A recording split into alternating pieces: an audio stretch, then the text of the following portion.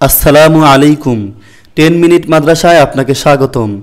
একসাথে অনেক মসজিদে আজান শুনলে জবাব দিতে হবে যেভাবে। আজানের জবাব দেওয়ার গুরুত্ব অপরিসীম।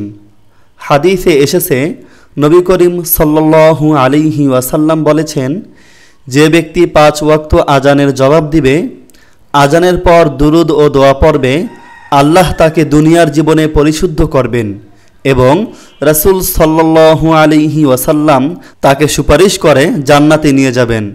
সুবহানাল্লাহ। এ হলো আজানের জবাবদাতার ফজিলত।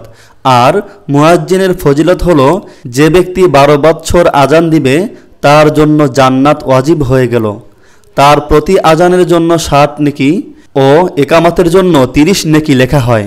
মসজিদের নগরী ঢাকা। আজানের সময় হলে চারদিক থেকে ভেসে আসে আজানের সুর। মিনারে মিনারে আজান। এত আজানের ভিড়ে জবাব দিতে হবে কিভাবে? মূলত সব আজানের জবাব দেওয়াই উত্তম। তবে সব আজানের জবাব দিতে না পারলে সর্বপ্রথম যে আজান শোনা যাবে তার জবাব দিতে হবে।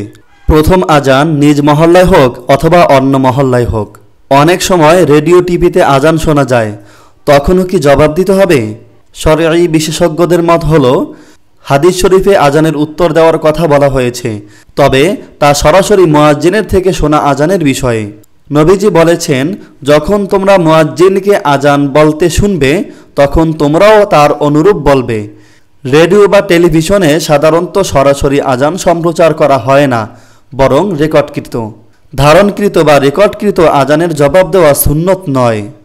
আল্লাহ তাআলা আমাদের সবাইকে আজানের জবাব দেওয়ার মতো তৌফিক দান করুক। আমিন। জাযাকাল্লাহ।